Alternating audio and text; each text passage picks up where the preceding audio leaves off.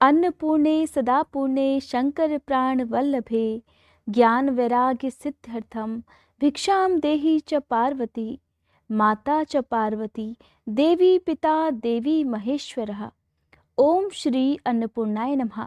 आप सभी का मेरे YouTube चैनल पर हार्दिक स्वागत है। आज सुनिए मार्गशीर्ष मास में माँ अन्नपूर्णा की व्रत कथा। कथा प्रारंभ करने से पहले आप सभी से अनुरोध है, कमेंट बॉक्स में अन्नपूर्णा माँ की जय जरूर लिखिएगा। पौराणिक कथा के अनुसार एक समय की बात है, काशी नाम की नगरी में धनंजय नाम का एक युवक रहता था। उसकी पत्नी का नाम सुलक्षणा था। उसे अन्य सब सुख प्राप्त थे, लेकिन केवल गरीबी ही उसके दुख का महान कारण थी और यह दुख उसे हर समय सताता था।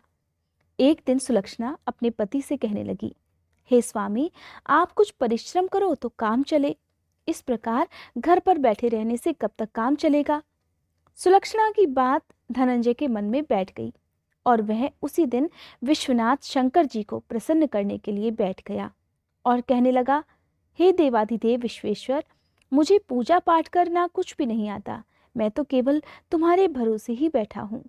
बस इतनी विनती करके वह 2-3 दिन तक भूखा प्यासा बैठा रहा।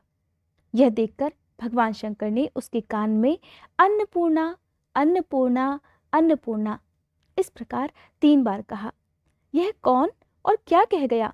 अब धनंजय इसी सोच में पड़ गया कि मंदिर से आते जाते ब्राह्मणों को देखकर वो उन सबसे पूछने लगा, पंडित जी, एक बात तो बताइए, यह अन्नपूर्णा कौन है।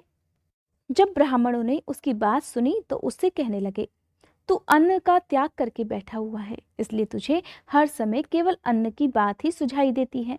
जा, घर जाकर अन्न ग्रहण कर। अब धनंजय घर गया। उसकी पत्नी से उसने सारी बात कह डाली। तब सारी बात सुनकर पत्नी कहने लगी, हे स्वामी, आप चिंता मत करो। स्वयं शंकर भगवान ने ही आपको यह मंत्र दिया है। वे स्वयं ही इस बात का खुलासा करेंगे। आप फिर से जाकर उनकी आराधना करो। अब धनंजय फिर से पहले की तरह पूजा में बैठ गया। अब उसकी भक्ति को देखकर रात में महादेव ने फिर से उसके कान में कहा, जा, तू पूरब दिशा में चला जा। वह अन्नपूर्णा का नाम जपता जाता और रास्ते में फल खाता, झरनों का पानी पीता जाता। इस प्रकार कितने ही दिन तक धनंजय इसी प्रकार चलता रहा। चलते चलते वहां उसे चांदी सी चमकती वन की शोभा देखने में आई। सुंदर सरोवर देखने में या उसके किनारे कितनी ही अप्सराएं झुंड बनाकर बैठी थी। एक कथा कहती थी और बाकी सब माँ अन्नपूर्णा इस प्रकार बार बार कहा करती। यह अगहन मास की उजियारी रात थी और आज से ही व्रत का प्रारंभ भी था। जिस शब्द की खोज करने के लिए धनंजय निकला था, वह उसे वहां भी सुनने को मिल गया। अब धनंजय ने उन सबके पास जाकर उससे पूछा, हे देवियों, आप ये सब क्या कर रही हो। तब उन सब ने कहा, हम सब माँ अन्नपूर्णा का व्रत करती हैं। व्रत करने से की गई पूजा का क्या होता है, ये किसी ने किया भी है क्या, या इसे कब करना चाहिए, कैसा व्रत है और कैसा इसका विधान है, कृपया कर आप सब मुझसे भी कहो। धनंजय ने इस प्रकार उन सब देवियों से पूछा।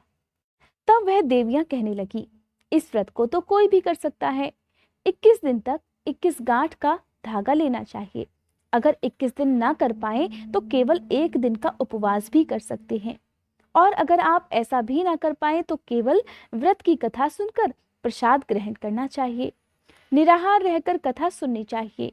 अगर कथा सुनने वाला कोई ना मिले तो पीपल के पत्तों को रखकर सुपारी या घृत कुमारी, जिसे ग्वारपाठा कहते हैं, उसके वृक्ष के सामने दीपक को जलाकर सूर्य, गाय, तुलसी जी या महादेव को बिना कथा सुनाए मुख में दाना नहीं डालना चाहिए। इन सबको साक्षी मानकर इन्हें ही कहानी सुनानी चाहिए। अगर भूल से कुछ पड़ जाए तो 1 दिवस फिर उपवास करें। व्रत के दिन क्रोध नहीं करना चाहिए, ना ही झूठ बोलना चाहिए। देवियों के मुख से ऐसे वचन सुनकर धनंजय उनसे फिर कहने लगा, एक बात बताइए, इस व्रत को करने से क्या मिलेगा।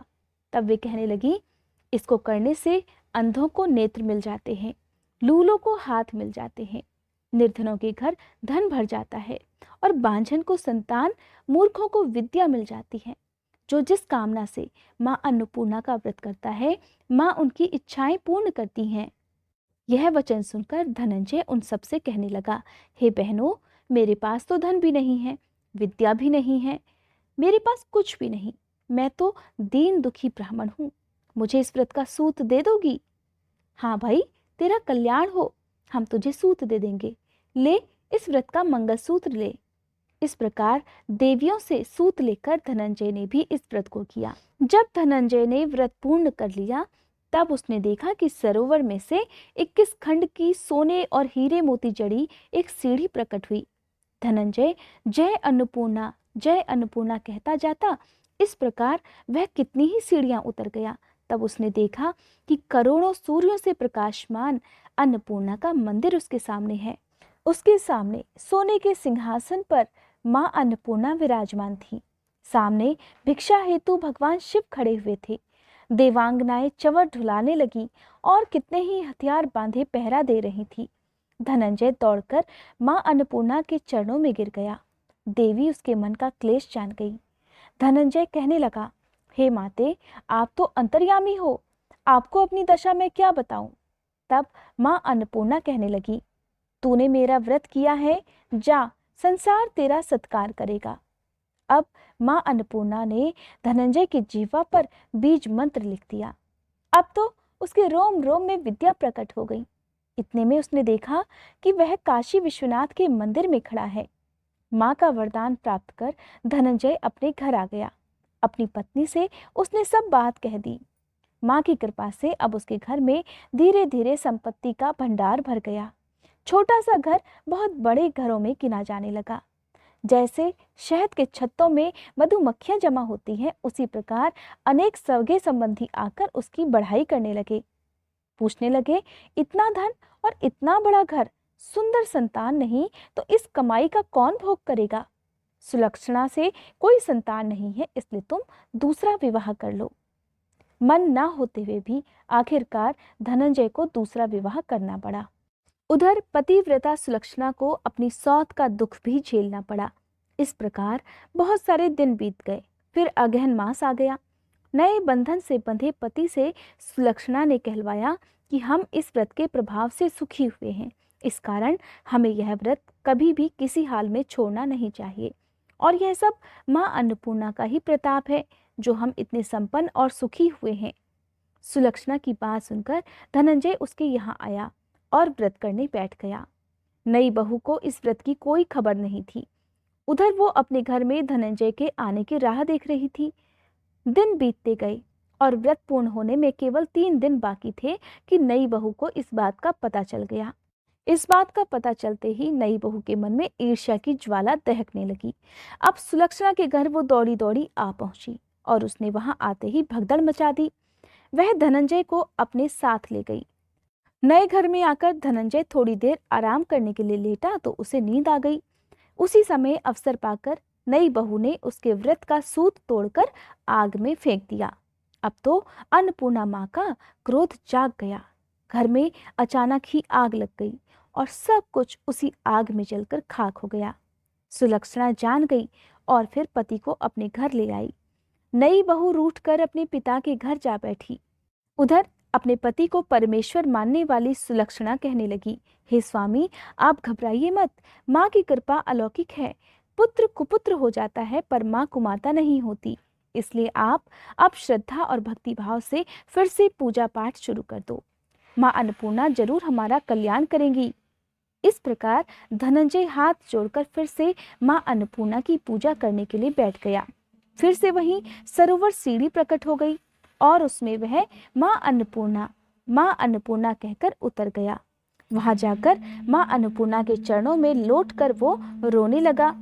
धनंजय को विलाप करते देखकर माँ अन्नपूर्णा प्रसन्न हो गई और कहने लगी, ले, मेरी यह सोने की मूर्ति ले और इसकी पूजा करना, तू फिर से सुखी हो जाएगा। जा, तुझे मेरा आशीर्वाद है। तेरी स्त्री सुलक्षणा ने श्रद्धा और भक्तिभाव से मेरा व्रत पूर्ण किया है, उसे मैंने पुत्र का आशीर्वाद दिया है। और इस प्रकार धनंजय ने जब आंखें खोली तो खुद को काशी विश्वनाथ जी के मंदिर में खड़ा पाया। वह वहां से फिर उसी प्रकार अपने घर को आ गया। इधर सुलक्षणा गर्भवती हुई और 9 माह पूरे होते ही उसके घर पुत्र का जन्म हो गया। अब गांव में आश्चर्य की लहर दौड़ गई, मनौतियां मांगी जाने लगी। इस प्रकार उस गांव के निसंतान सेठ के पुत्र होने पर उसने मां अन्नपूर्णा का मंदिर वहां बनवा दिया।